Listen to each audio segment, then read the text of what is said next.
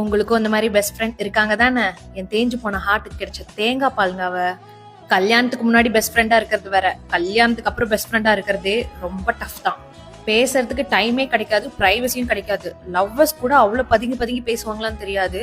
நம்ம வீட்டு கதையா அவ காதல ஏத்துறதுக்காக வெயிட் பண்ணி யாரும் இல்லாத டைம் அவளுக்கு கால் பண்ணி சும்மா தாண்டி கால் பண்ண அப்படின்னு சொல்லி போன் சூடேறி கண்ணம் சூடானதுக்கு அப்புறம் தான் பார்த்தா 1 மணி நேரம் பேசியிருப்போம். அந்த 1 மணி நேரத்துல ஃபர்ஸ்ட் 15 நிமிஷம் ஏன் கதை, அடுத்த 15 நிமிஷம் அவ கதை. அதுக்கப்புறம் எங்களுக்கு பிடிக்காத கேரக்டர் எல்லாம் உள்ள தூக்கி போட்டு டமால் டுமில்னு கழுவி காக்காய் குத்துவோம். பேசினதுக்கு அப்புறம் ஏன் பிரச்சனை என்னமோ தீர்ந்த மாதிரிதான் இருக்கு. ஆனா இப்ப அவ பிரச்சனை என் மண்டக்குள்ள வந்துருச்சு. இப்ப அவளை நினைச்சு நான் அடுத்த 2 நாள் ஃபீல் பண்ணுவேனே. வெயிட், நீங்க எங்க பிசினஸ் டாக்ஸ் பத்தி கேள்விப்பட்டது இல்ல? மோர் தென் பெஸ்ட் ஃப்ரெண்ட்ஸ், நாங்க இப்ப பிசினஸ் பார்ட்னர்ஸ் ஆக போறோம். என்ன பிசினஸ்ன்னு கேட்காதீங்க, அது எக்கச்சக்கமா இருக்கு. வீட்டுல அப்ரூவலுக்காக வெயிட்டிங், எப்படியும் தரமாட்டாங்க. இங்க நடக்கிறதெல்லாம் ஏண்டி எல்லாத்தையும் அவகிட்ட சொல்றேன்னு எங்க வீட்டுல கேக்குறாங்க. அவகிட்ட சொல்லாம நான் வேற யார்கிட்டங்க சொல்லுவேன்? அவளால மட்டும்தாங்க என் மண்டையில செருப்பால அடிச்ச மாதிரி அட்வைஸ் எல்லாம் கொடுக்க முடியும்.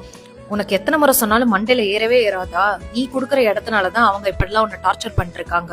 நீ எப்பதான் எதிர்த்து பேச போறியோன்னு வார்த்தைக்கு வார்த்தை என்ன மயிலேன்னு கொஞ்சுவாங்க.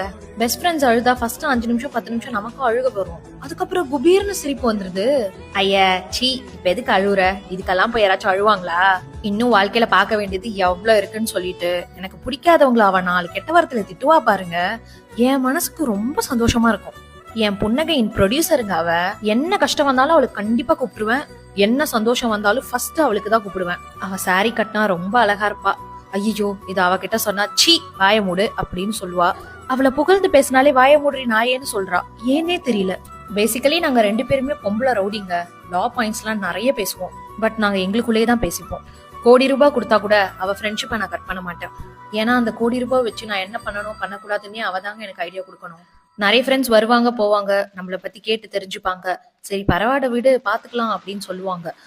என்ன நடந்தாலும் பாத்துக்கலாம்டி, நான் இருக்கேன்டி உன் கூட, நான் உனக்கு சோறு போடுறேன்டி, பாத்துக்கலாம்டி அப்படின்னு சொல்றவதான் அவ. என்ன மாதிரி ஃப்ரெண்ட் எல்லாம் கிடைச்சதுக்கு நீ கொடுத்து வச்சிருக்கணும்னு சொல்லி உங்க ஹீலிங் ப்ராசஸ டீலிங் பண்ணிட்டு இருக்க உங்க பெஸ்ட் ஃப்ரெண்டுக்கு மறக்காம இந்த வீடியோவை ஷேர் பண்ணிடுங்க. பாய்.